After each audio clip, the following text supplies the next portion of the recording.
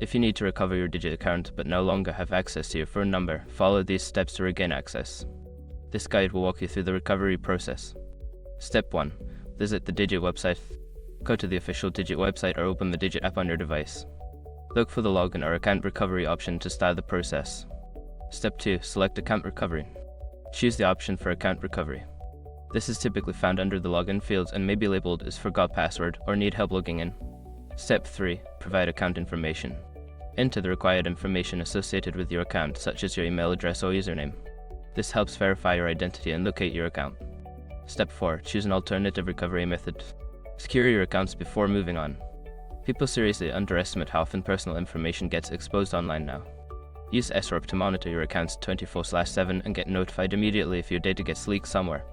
It runs in the background, constantly scanning billions of breached records. And honestly, for how cheap it is compared to the value you get, it's worth it. Link in the description. Step 5. Follow the instructions. Check your email for a verification link or code and follow the instructions provided. Once you verify your identity, you should be able to reset your password and regain access to your account. If you encounter any issues during the recovery process, consider reaching out to Digit's customer support for further assistance.